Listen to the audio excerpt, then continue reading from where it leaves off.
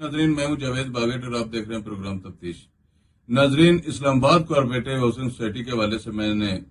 कुछ इन्फॉर्मेशन आपसे शेयर की। तो सबसे पहले मैं ये बता दूं कि मेरा प्रोग्राम करने का मकसद सिर्फ और सिर्फ ये होता है कि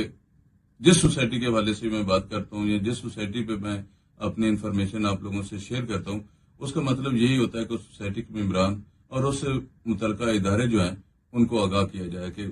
ये जो सोसाइटी है इसमें क्या हो रहा है। तो नाजरीन, इस्लामाबाद कोऑपरेटिव हाउसिंग सोसाइटी यानी कि ICHS, इसमें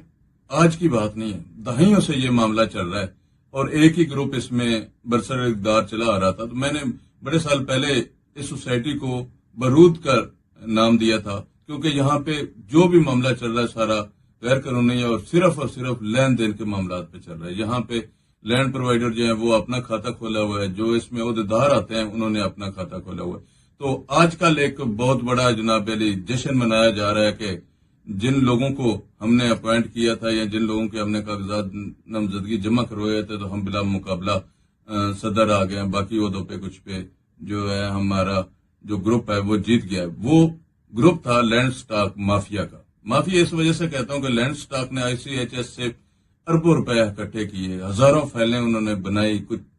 ऐसी फाइलें भी बनाई कि जो डुप्लीकेट हैं। और इस सोसाइटी के लैंड स्टॉक माफिया जो है उसके जो किरदार हैं वो जनरल सेक्रेटरी भी रहे हैं और जनरल सेक्रेटरी के दौर में उन्होंने कितनी फाइलें प्रिंट की। तो इस सोसाइटी के हवाले से कहा जाता था कि इन्होंने ऐसा कलर प्रिंटर रखा हुआ है जो 50 रुपए का जो प्रिंट है वो लाखों में बेच रहे हैं। तो नाजरीन, आज तक इस सोसाइटी से खरीदारों को फायदा नहीं हुआ, हमेशा इस माफिया ने लूट मार की और उन्हीं को फायदा हुआ। अब भी जो वो जश्न मना रहे हैं तो वो इसी वजह से मना रहे हैं कि उनको फायदा हुआ है, कि वो ये समझ रहे हैं कि ये मामला यहाँ पे अब खत्म हो गया है। तो नाजरीन, मैं सिर्फ आपको ये बताना चाह रहा हूँ कि जिसका ये जश्न मना रहे हैं वो मामला अभी खत्म नहीं हुआ और हमारी कोशिश होगी इंशाल्लाह कि जो भी हकायक हैं वो आप तक पहुंचाएं और इदारों को बताएं।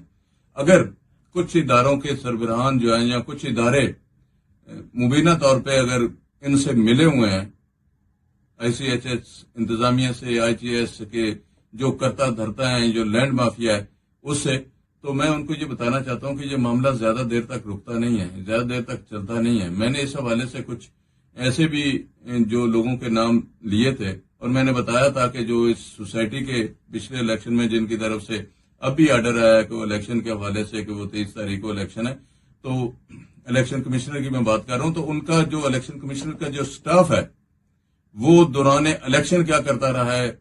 इलेक्शन कमिश्नर का जो जाती दफ्तर है असिस्टेंट कमिश्नर उजैर साहब का, वो किस तरह से इस्तेमाल होता रहा है, वहां पे कौन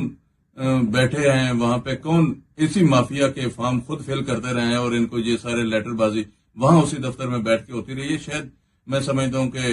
ये उजैर साहब के नोटिस में नहीं होगा, क्योंकि उनका जो स्टाफ है, मैं इंशाल्लाह अगले प्रोग्राम में कोशिश करूंगा कि उस स्टाफ की तस्वीरें भी आप लोगों से शेयर करूं। इसी तरह जो इस सोसाइटी के एडमिनिस्ट्रेटर खातून हैं उनके हवाले से मैंने बात की थी कि वो बहुत ही नाइस और बड़ी हिम्मत वाली खातून है और अच्छी अफीसर हैं। इस्लामाबाद में आजकल उनका बड़ा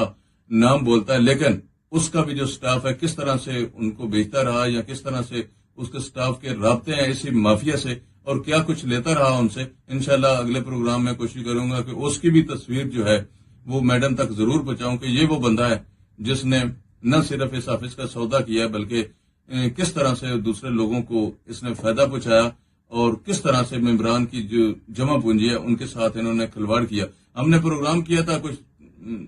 दिन पहले शमशाद मांगड़ साहब और मैंने, उसमें हमने जिक्र किया था कि पुरानी शराब नई बोतल में।